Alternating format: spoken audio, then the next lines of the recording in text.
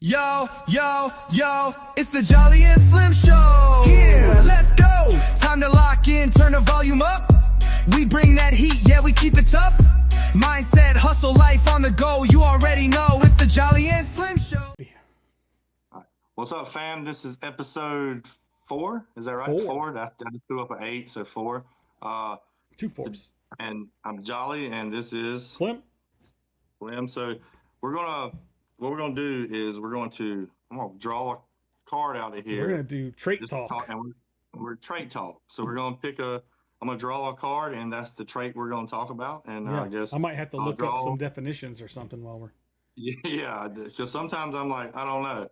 So I don't know how many cards I have in my hand. So I'm assuming I have probably at least 25 or 30. So you can give me just give me a number. Oh, that's a good idea. Yeah. 15. 15. So 1, 2, 3, 4, 5, 6, 7, 8, 9, 10, 11, 12, 13, 14, 15. All right. Now we might have to look this up because I may Is it know, amicable anchovy? Dapper. Oh, Dapper. Dapper Dachshund. So yeah. Not really sure what that means. So Dapper? Is there? You don't know Dapper Dan? You don't remember Dapper Dan from Oh Brother Where Art Thou? You know, his balm that he used and his hair was called Dapper Dan. You remember that? Yeah. Dapper basically means dress neatly, right? Like okay. Yeah. So neat and trim in dress and appearance. Yep. Typically used of a man. Yep. Okay. Yep. So dapper. Something that neither one of us really know anything about, probably. Yeah. So we can go on that. So being dapper, I guess for me, dapper would be what would you use it for? I guess if you're really going to get a good job or something, you would want to be dapper in the situation. Fair. Yep. If you were gonna go get a job. I'm not really sure where to go about. Now I'll tell a story about being dapper. How there you go. This? Cool. Yep. So I got one too. So when I was actually I got laid off from this one job, and I was actually going to interview for the screen print job. Yeah. And I literally dressed up in a suit and tie. Oh, fun. And went and interviewed at a screen printing company. I love it. And I didn't think that, because I always was taught that you need to dress nice for interviews and things like that. So I'm talking about suit, tie, decked out, shaved, trimmed up, haircut, good things. And I remember after I got the job, a lot of people were made fun of me that I was friends with, but they're like, "We cannot believe that you walked in here wearing a freaking suit to get a job at a screen print company." And I'm like, as I'm walking around, there's buckets of ink everywhere. There's ink on the floor. There's adhesive everywhere. Right. And I'm like, oh, I don't want to touch anything. Yeah. I guess that was a dapper experience for me as far as kind of being dapper, I guess. Did you ever go to prom? Do what? Did you ever go to your high school prom or anything? You get dressed up for that? I'm not an actual dress up type guy. Yeah, unless I have to be. I know when it's time to be, I guess, dapper. Sure. I know that if I have to dress up for this wedding, of course I'm gonna put a suit on, shirt and tie. But normally, if I'm gonna do what I'm doing, I'm wearing t-shirt, shorts, Jordans. I guess in today's world, I feel like dapper may have kind of gone away a little bit in today's world. It definitely has gone away a little bit. Yeah. Because, the only time I see kids dressing up at school is picture day. Picture day, yep. And even then. So some of these kids come in there sharp, dude. And I'm like, man. That's good. Decking out for your first grade picture, huh? That's funny. So, but yeah, I guess the dapper sense, that was probably something that may have, been a big deal, or not have. It was a big deal back in the day, when you're, I guess, trying to go on a date with a girl, you want to look nice and dapper. For me, I'm I'm gonna dress what I like to dress. I'm gonna dress because if you don't like, I want you to like me as a person rather than what I'm actually like. Well, you want to show her what she's getting, right? Like, this is what I'm going to look Yeah, like all the time. yeah. I don't So, want to be like, yeah, hey, I'm gonna do this, but like next right, week, I'm never even gonna wear a collar shirt right. ever I'm again. jeans and a t-shirt, baby. Let's go. Yeah. Like, and I just feel like if I am too dressed up, I just feel confined. Like I don't, That's interesting. especially if I have Oh, if you have a to wear a tie on tie, yeah. it's just like, ugh. So, but again, so do you have any experiences I being actually tell dapper? people, a lot that if I lived somewhere else, I would actually dress up like all the time.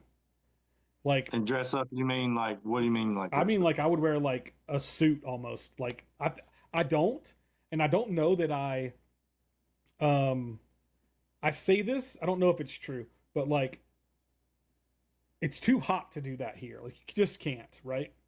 So, I mean, people do, I guess, but like I can't. But like I actually like to get dressed up and look nice and go do stuff. The I think to your point, right?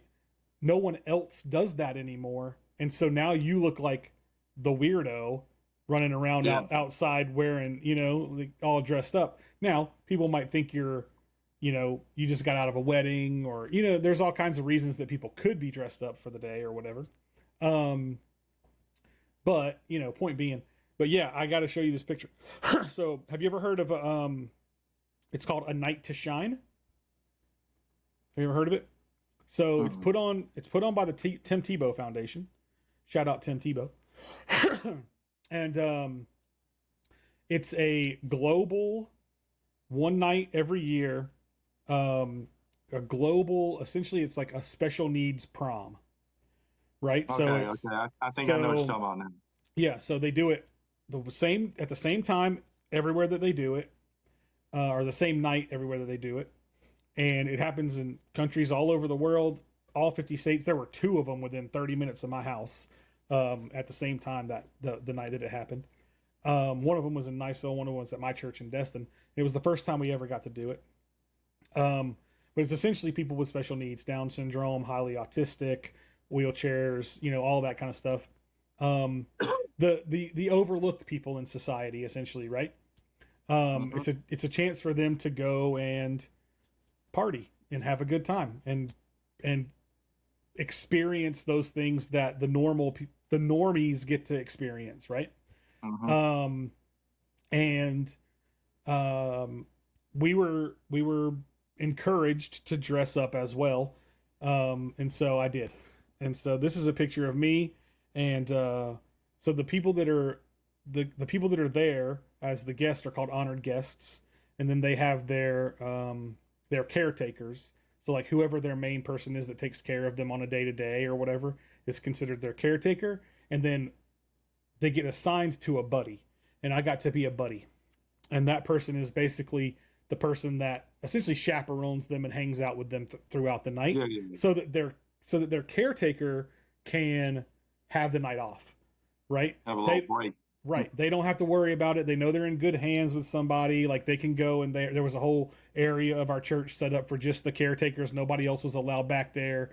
And it was just a quiet space for them to go and just kind of be away and have a break, essentially, right?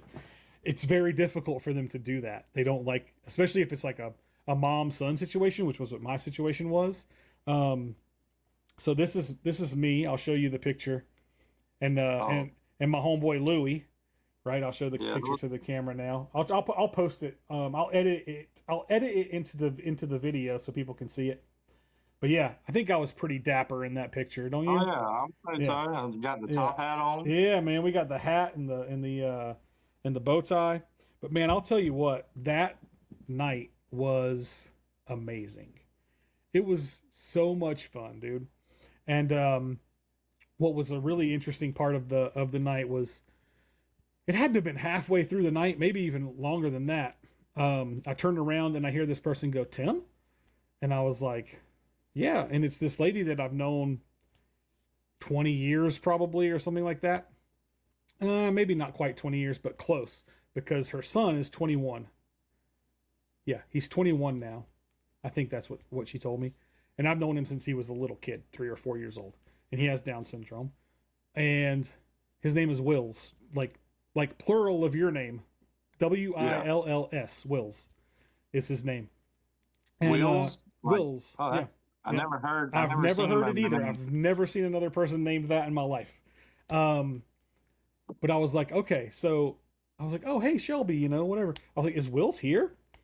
And she's like, yeah, he's right there. And I turn around and I see him and I look at him and I'm like, oh my gosh, I had noticed this guy all night long, right? And I was like, he looks so familiar. And I couldn't figure out why he looked familiar until she was like, yeah, he's right there. And I was like, oh my gosh.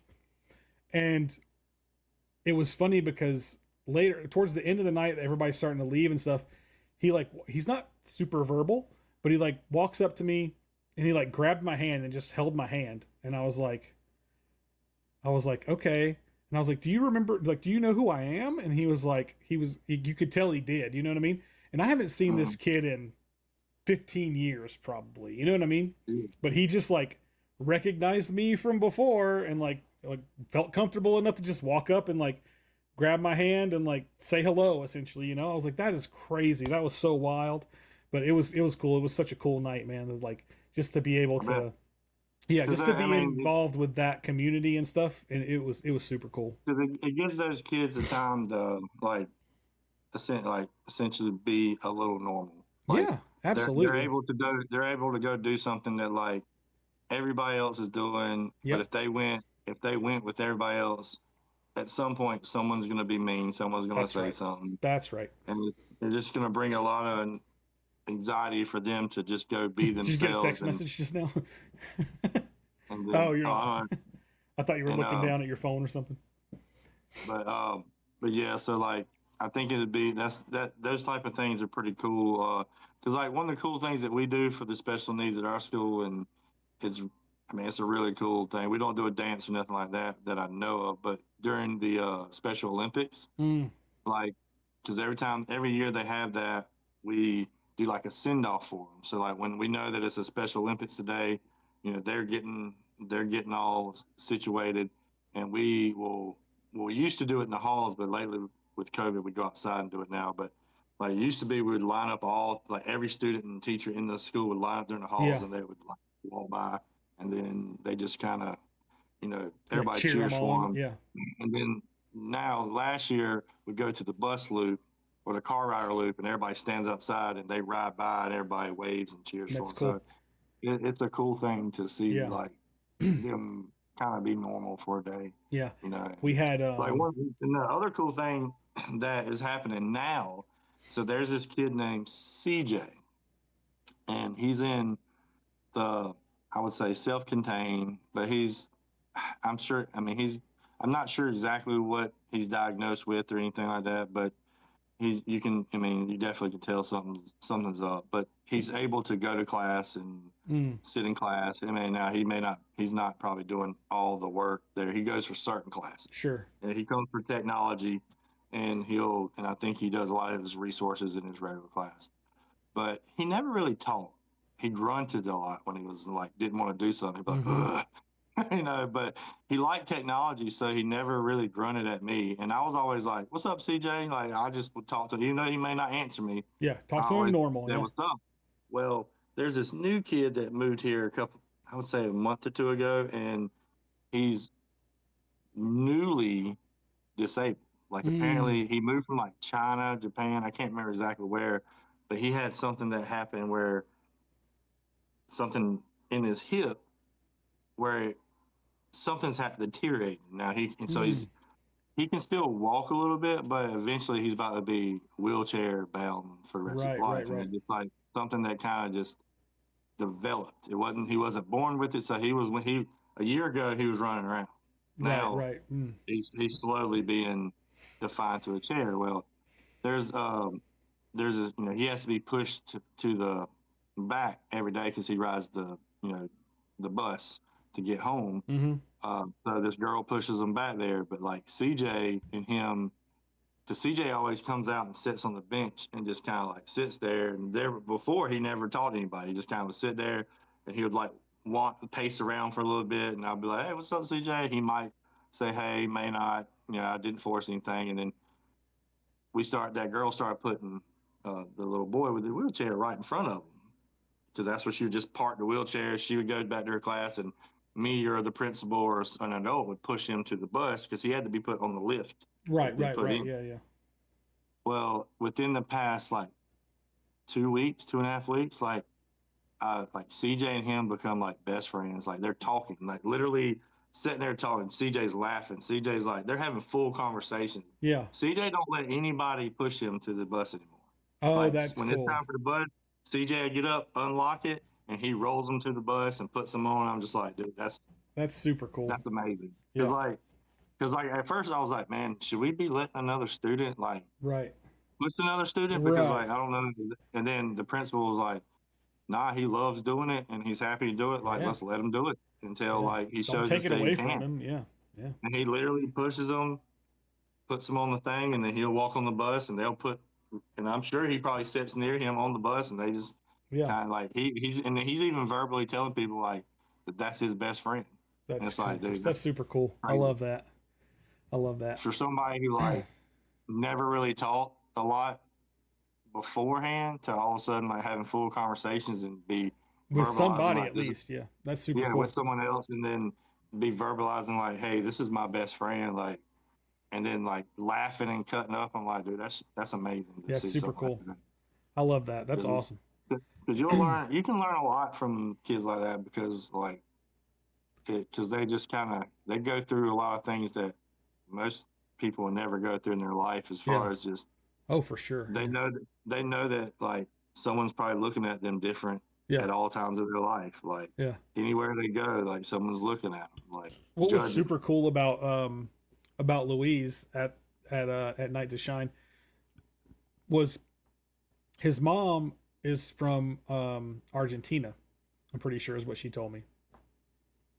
And she kind of speaks good English, but you could tell it was kind of broken a little, But while he was, I want to say he told me he was 25 or something like that. He was late 20s, early 30s, something like that. If I recall correctly. But anyway, he, throughout the night, he was speaking English and Spanish.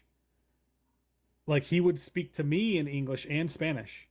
And I was like, okay. You know what I mean? And he would speak to her in Spanish sometimes and her in English sometimes. And I was like, how cool is it that this guy who society looks at as probably stupid or dumb or can't be educated, can't be taught, whatever. But he's speaking 2 languages. You know what I mean? When he told me, we had the local Corvette club come and if the kids wanted to, or there were adults too, but if they wanted to, they could get in one of the Corvettes and it would drive them around the building and drop them off where we had a red carpet runway thing that they could walk down. If they didn't want to do that, they didn't have to, obviously, but if they wanted to, they could. And I was like, do you want to do the Corvette? And he's like, yeah. He's like, Azul. He's like, I want the Azul one. He wanted the blue one. And I was like, because they were lined up. And I was like, all right, cool. And that was the first time I noticed him speaking Spanish. And then later, I noticed him speaking Spanish a couple other different times about the food items and things like that. I was like, all right, that's pretty cool. But I just thought it was funny that this guy is looked at as somebody who is stupid essentially because he has Down syndrome, but he's smart enough to learn 2 languages. He's speaking 2 languages, which most people can't do. Right? Yeah. I was like, that's pretty cool. Yep. At my school, for me, there's a lot of kids who may be autistic and stuff. Sure. And in my class, they excel in because a lot of, from what I can tell, in my experiences, there's a bunch of autistic kids that love computers. Sure. And one of my favorite students was a kid named Robert. This kid, he was decent at computers, but his memory was top notch. Yeah. He memorized every word and every line in order of the Lord of the Rings. Oh, wow. He could literally, and when we did a research paper one year, and I was like, all right, we're going to do a research paper. And, they had to pick a person to write. And he was like, well, I want to write the Lord of the Rings. And I was like, sure, go ahead. just said that because like I didn't know. Yeah. He sat there and typed it out completely. The whole Lord of the Rings book. Like as his He just book. wrote that book. Like he just Yeah, wrote and it I down. was like, oh my gosh. And then because he kind of got caught up in the whole Lord of the Rings thing, and he would he went into character. So Oh like yeah. he was it not Frodo? It was is not Frodo, but it was I forgot one of the characters, but maybe it was Frodo. But he like would not like if you called him Robert, he'd be like, I'm not Oh, that's Robert. funny. I love that. I'm this character, and like, but he also was like he went and tried out for the Nutcracker play, and he like became and he was like one of the characters in the Nutcracker, but he was just like he's also one that like if he asked questions, he wanted to know the answers. Like if you told him he couldn't do something, tell me why I can't do it. Right. Like he made because like they kept telling you how to take your hood off in class or you can't wear your hood in the school. Right. And he was like, and like him and this woman would argue constantly about it, and then like it was a everyday battle. But then when I explained to him and showed him why, he was like, oh, "Okay, cool." Right. Take right. it down Right. and Right. no questions asked. So like, but right, he's one of my favorite students just because he would just Bilbo Baggins. Yeah. Yeah. That's who Yeah. he was. That's the character that he became, and like he would not answer the Robert. Like you had to call him Bilbo. That's awesome. I love it. And Yeah. then Louise field was day super one into year, Harry Potter. yeah, and at field day one year, like we give popsicles out, and he did field day. He went and got a popsicle, and then he put his hood on because he's wearing a hoodie out in the heat.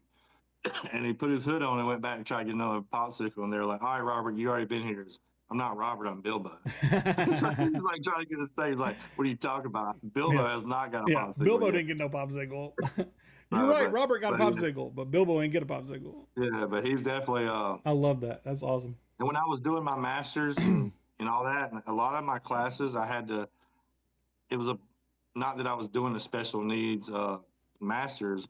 A lot of the classes that I take were dealing with special needs and stuff.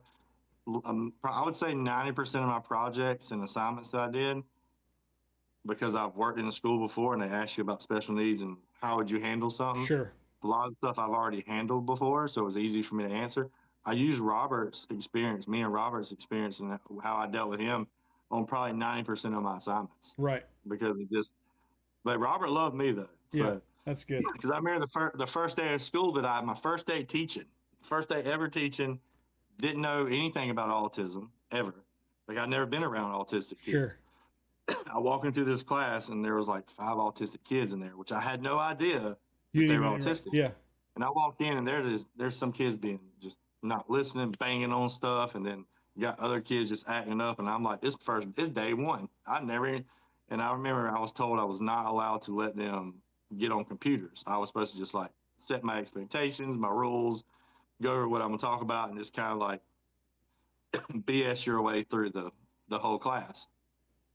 And I get in there and I kind of run out of what I'm gonna say. And I was like, Robert's like, "So we're not getting on computers today?" And I was like, "No." He goes, "Well, what's this? How is this technology class? And we can't even get on the computers." And like, that's funny. At first I'm getting irritated because I'm like, this dude's challenging me now. And then when I find out later, like, he's a little autistic, I'm like, oh. But also he's got a pretty good point, right?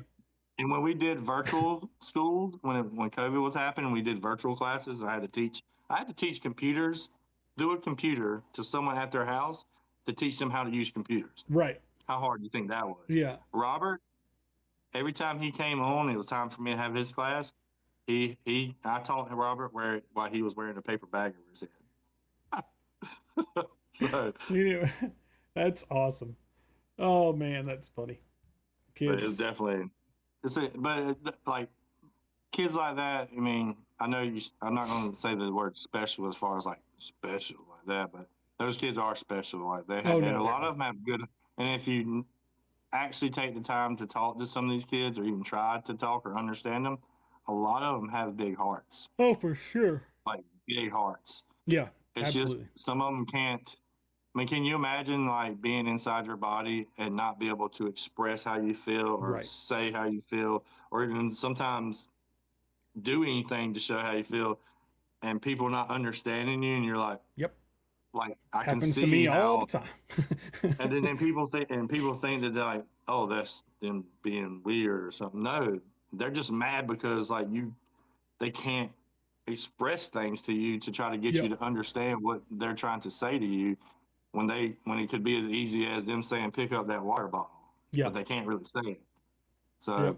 but yeah, a lot of the kids have big hearts, and like I teach this a class on Wednesdays for the special needs kids, and literally I go in there and put like freeze dance stuff on, and they just have like a dance party, and they're just like jumping around, like Yeah. running around, going crazy, and the teachers are like, oh my gosh, like you're letting them get wild. I'm like, nah, like they need to have fun too, rather than having to like be told sit down all day, sit down, try to Yeah. like kind of like let them.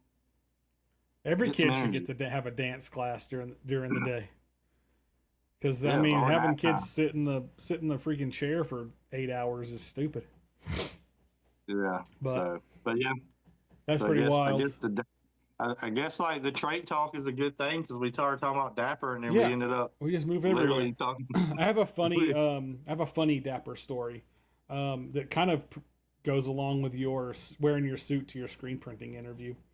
It was before I started working at Sherwin-Williams, but not long before. Sherwin-Williams used to make their store managers and assistant managers wear button-up shirts and ties. Like, they had to wear a button-up shirt and a tie. So, like, they had to spend all day, like, mixing paint and, you know what I mean? Like, they're working in a paint store. The tie would be all up in the paint. Yeah. You're exactly. So, like who, like, but that's just the way the world worked before, right? Like, everyone wore a suit and tie. You know what I mean? Like, that's just how it was.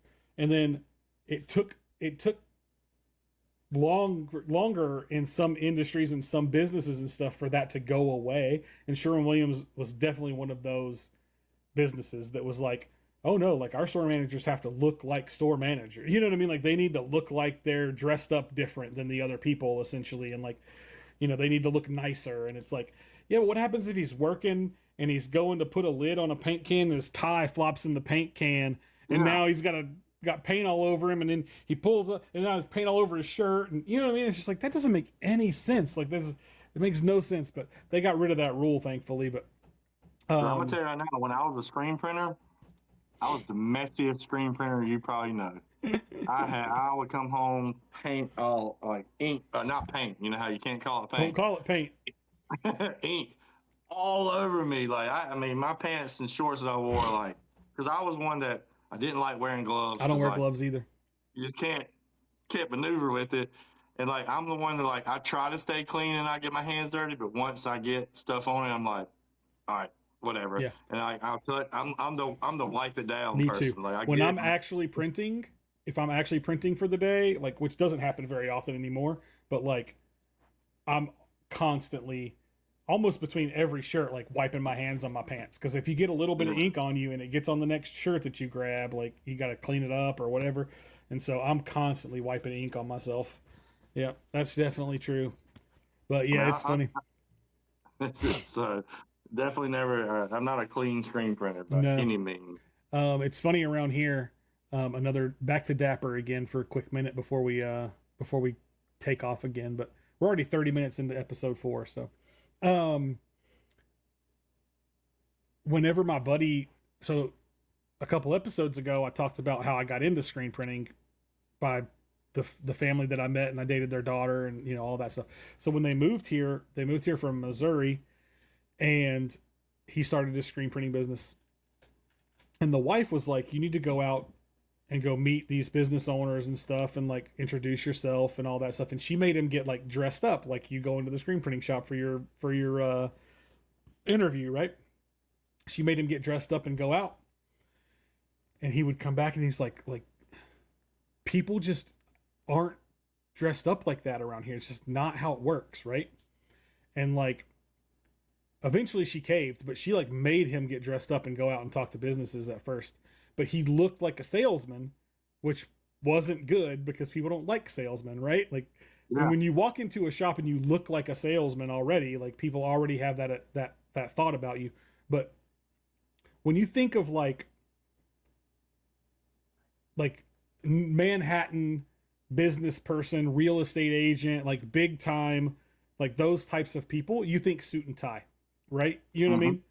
And around here, that was always the case too. Like the only people that you ever saw dressed up were like real estate agents, and like that was about it, right? Like, and that's completely changed over the last few, like probably 15 years or so. Like real estate agents walk around in cargo shorts and flip-flops. Like there's just, it's just not a thing in this area to get dressed. We live at the beach, you know? So like the beach vibe is dressed up essentially. You know what I mean? Like, yeah. So like if people show up to a business around here, like dressed up, like, you know, that they're not, like they're doing it because it's some sort of corporate situation, or like they're trying to sell you something, because people that live here just don't dress that way. Or you got the FBI coming to look for you. Yeah, it could be. Yeah, it could be the ATF. You never know. But yeah, I was just like, yeah, it's pretty wild. I was like, it took her forever though to back down from that. It almost took other people coming in and being like, yeah, he doesn't need to dress that way. Like he needs to just dress like himself. Because when back when we were younger, you were taught you need to be professional. You got to look professional. Right. Like, and when I joined the fraternity, that was like one of the things, like we had to be dressed up in a shirt and tie this day and everything. And we had to have our tie. Everything had to be ironed perfectly. And even just think about now, military. Like Alabama football players, right?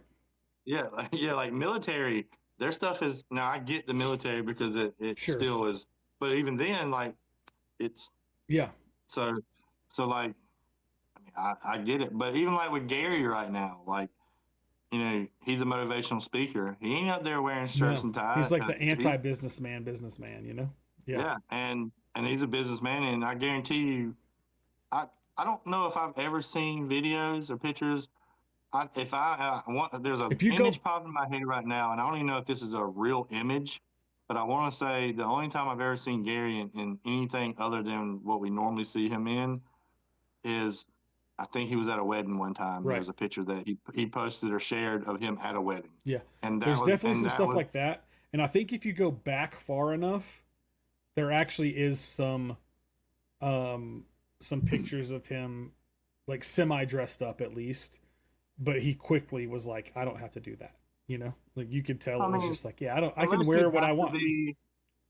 Unless you have to be, and it's like a, in my opinion, if it's something like with the school, like why can't I wear some hoodies and stuff and things like that? Because when I first started, it was like, you can't have long hair, you can't have this, you got to wear a collared shirt, you got to do this, you can't wear sneakers, you can't wear this. And now, like, all the teachers are wearing Jordan 1s and dunks and things like that, which I'm cool with. Yeah. But it's like, when I first started, it was like you had to be, and like, honestly, for up until this past school year and like the end of last year, for about 2 years, I wore my hats teaching.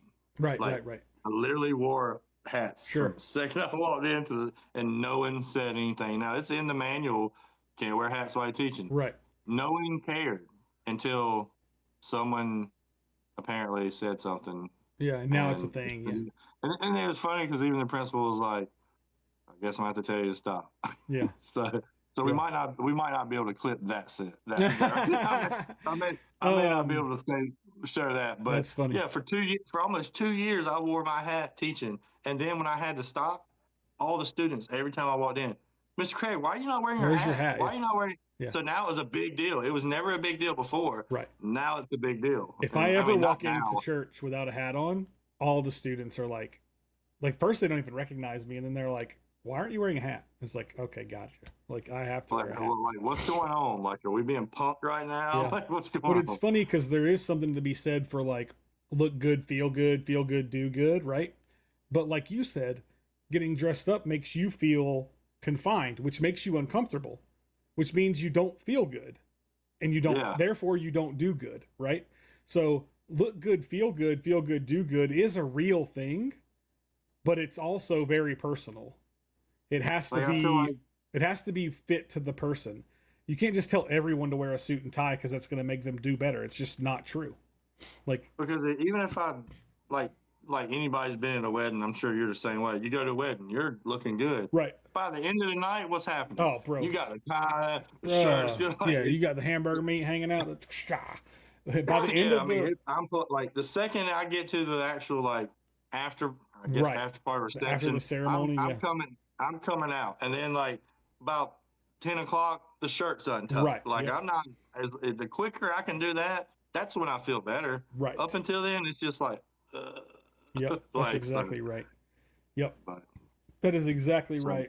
I think there's, like I said, I think there's something to be said for, dressing nice, but it has to be within the comfortability of the individual, right? Yeah. Otherwise, they don't actually perform like you in a performance. From a performance standpoint, you can't just be like, wear a suit; it'll make you perform better. And it's like, yeah, that's not true. It used to be thought that way, though. I'm sure some people love it. Right. There are definitely people that do that, yeah. But I'm not one of those people. You ain't that people, huh? That's funny. When you become a bigger guy, that's not fun anymore. That's true. I have a funny story about I've been trying to lose weight and stuff. One of the guys from church comes in. We have a thing at church we call Rock on the River. And so we have greeters at the front door as people come in. And then the next person that you encounter that's like part of the people that are placed in place to greet you and stuff is called Rock on the River. And it's essentially the person that, like, if they spot somebody they've never seen before, they can like point them, or if people look like they're like, what do I do? Like, they can point them in the right direction of where to go for different things. And so I was Rock on the River this Sunday yesterday. And one of the guys comes in and he like walks up and he stops and he starts staring at me. And I was actually wearing this shirt. So he starts staring at me. And I was like thinking he was going to say something like cool shirt or something like that, He's just staring at me and he goes, "Where's the rest of you?" And I was like, "Oh, okay, got it. Like, cool." He goes, "How are you going to be the rock on the river if you're just a pebble?" And I was like, "All right, that was pretty funny." But I was like, it felt good to be noticed that I've been losing weight, It was pretty cool. Well, that's good, because that kind of will be like, okay, well, maybe everything that I've been doing to try to lose weight actually is working. Because sometimes when you're doing it, you don't realize You don't notice it, yeah. Like, I notice it when I look back at pictures. Yeah, unless you really are checking your weight every day or checking things every single day, you don't realize how you look because you still look the same. Right, yeah. And you see yourself over time. You don't see yourself, only once a week or only once a month or whatever, yeah. But yeah, it was pretty cool moment. I was like, all right, I got you. Thanks for noticing. I gotta get back on my walking, and my main problem is I gotta make a schedule and get my time management skills, that's been my problem my entire life. Your poor relationship with time is your biggest vulnerability. I gotta be able to plan things. Like tomorrow, I'm talking with Soul J tomorrow after work tomorrow, like, because I just sent her a message where she posted something, and I was like, yeah. And I responded, I was like, yeah, maybe we can collab on something. And she sent me a message like, all right, let's talk. And I'm like, I don't even know what we're going to collab about. Like, I just threw that out there. So now, like, I'm going to be talking to her tomorrow about. Oh yeah, she posted a picture from the gym earlier, right? Yeah, I don't know, like, because like, I'm not sure what we're going to collab on, but I'm sure we can talk about something and we can figure out a collab. Yeah, you'll find it. Like the same thing with Kowski. Like, he said something about the other day about getting his art back together. Should he start doing art? And I was like, yeah, you need to do it. I said, let's collab. And then he sent me a message like, how do you want to collab? I was like, I'm not really sure, but like, let's talk about it. Like, we'll figure it out.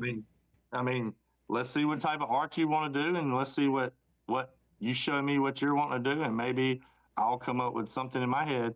Because I see him, but ever since then he's been posting more of his he's been posting for sure. He's been drawing. And I don't know if you saw him. He was on the VFAM. Yeah, I haven't watched the whole episode yet, but I did see a clip. I thought that was pretty cool. So yeah, I think it's crazy how like you just see everybody in the community just starting to like do so much. Like you see everybody that we've paid attention to and been involved with, that's been in the community as far as long as I've been in, maybe even longer, or maybe not as long, I don't know. But just prominent members, that you see a lot posting. that all of a sudden are starting to take, do different things. They're posting this, they're trying this. Like Kowski wants to get his art back together. Now he's doing it. And like I got on the Chrome Bridge the other night and talked about this. It just, when people in the community like we are in, it gives everybody confidence to do the things that they want to try to do, because no matter what it is, they have a support system and a backing to do it. Yeah. Like if someone says, "Hey, I want to start drawing again," okay, I know I am. I usually go in there and say, "Do it." Yeah. Like I always just tell people, "Do it," and like maybe it just takes something like that to actually get somebody to do it, and then they start doing it, and then you can just see that there's new members joining, then older members that are in just starting to actually like put effort and time into things that they've probably been sitting on for a while that they want to do. Like I know that Soul J is starting to write a book now. Oh, wow, cool. That she's been working on. And I heard her mention it a while ago with her and Savvy one time talking. But now I think she's been putting a whole lot more play in it. Savvy's writing a book. Oh, wow, cool. And that she's been working on for a while. So like, I don't know if I should drop that. I mean, she said it out loud. It's fine. But yeah, so like a lot of people are starting to at least attempt to start things. Like, I mean, for example, like me and you starting this podcast, like a month ago, we wasn't doing nothing like this. Now for 2 weeks in a row, we've been recording 4 episodes. Right. Yep. And and we've been pretty much talking. I mean, honestly, I think this weekend will be a month that we haven't been in Texas. I think this will start weekend, the 4th week, maybe. So yeah, what week was the Texas meetup? The 15th, the 14th through the 16th, I think. Of this month. Monday was the St. Patty's Day on the 17th. Yeah, that's right. So it's only been 2 weeks essentially, right? A couple weeks, maybe three and a half. 3 weeks, yeah, because we came back. So, I mean, we came back, and then the next Monday is when we recorded the first 2 episodes. Yeah, so and we talked about it for a week and then started recording. Right. So this is our 2nd week recording, and all that was just a simple conversation about it, and it happened. And then like it's just, and like you get on the Chrome Bridge and you just hear people talking and throwing ideas, and it just gives people the confidence to say, you know what, maybe I'm going to try this. Yeah. Like, and then Jasmine, 911 Initiative. She's a new member in the community. She started doing drawings again, started posting stuff. So like, it's just, I guess it just, when you hear people that are all with the same mindset of trying to level up and trying to make things better for their life, like it gives people the confidence and the drive to say, I'm doing it. And you don't even really have to have people cheering for you. When you just see other people doing their stuff, it gives you the drive to continue to do it and the motivation. Because then you're like, okay, well, if they're over here doing it, I got to do it. Yeah, and we didn't even do anything. We're not even doing anything special. We didn't go out and buy any equipment. We didn't go out and like do anything crazy. I made a couple of little, graphics and called you on Facebook Messenger. You know what I mean? Like that's how this whole show is made. It's made on, like soft OBS Studio, and I'm calling you on Facebook Messenger, so I have your video and audio feed. And we have no script. We're just like rolling. There's nothing. Rolling solo. Like, exactly. We're just like, all right, this is what's happening. Let's just start. And honestly, that's the best way I like to do stuff anyway. I like, instead of just dipping my toe and like checking it out, let's just dive in and see what happens. I agree. I'm a wing it kind of guy for sure most of the time. I mean, and then I can adjust. But when you do it that way, I feel like you figure out your mistakes. You get to see your mistake, your raw mistakes. Right. Not like, oh, I'm reading the script and I messed up on the script. Like you actually get to see like, okay, well maybe I shouldn't be saying a million times in my when I talk.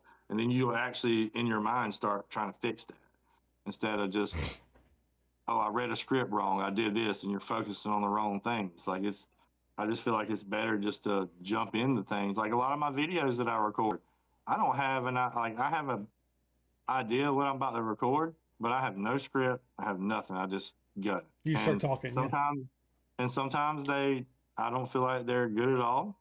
And I can tell where I messed up. Sometimes I feel like they're real good and then they don't get any views, but I don't let that bother me. I just like, all right, let's just keep going. one day, one of them may hit and I get like 9 million views and become a millionaire and have a jet and things like that, or and not. then Either why way. not? But yeah, it's just cool to see everybody actually taking the initiatives and actually steps doing, yeah. to do something, because all it takes is for anybody, it just takes that one thing to happen that could change your life. Sure. And I mean, and it could be something as easy as, oh, I want to start drawing, and you actually start drawing and you post one of your drawings, and next thing you know, everybody's like, well, how do I get a copy of that? And you're like, what do you mean? Yeah. Like, I didn't even plan for that. Like, yep. You want to buy my art? Yeah. Oh, well, what? Like, so then at that point, you're like, oh my gosh, like, how do I make this happen? How do I make that happen? Yeah. So like, I mean, I got some of my spray paint art that I'm probably going to start seeing if I can sell. Sure. Just, I mean, if it doesn't. If it does, I still have the stencils and I can go do more. Right. So like, and then, I mean, it's very easy to do. So like, and I've been doing a lot of drawing. I haven't in the past couple of weeks, but I've done some drawings like from watching Ben Kind do, like oh yeah, his style.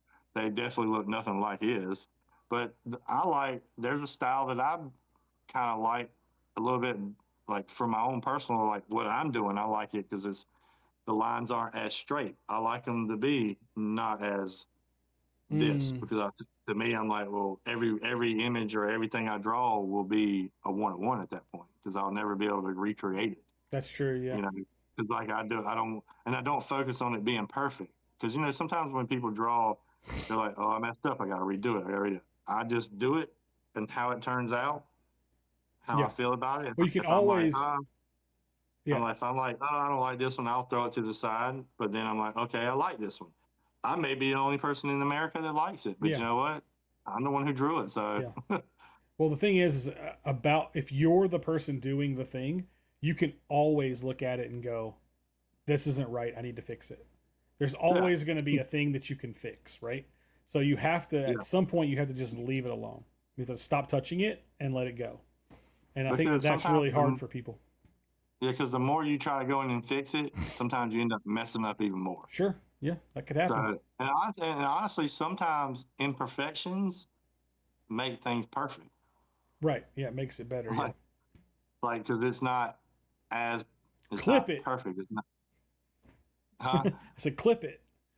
Yeah, clip that. But yeah, so yeah, that's clip definitely that, chat. Now, like and because there's a drawing that there's a thing I want to do that I'm doing for Ben.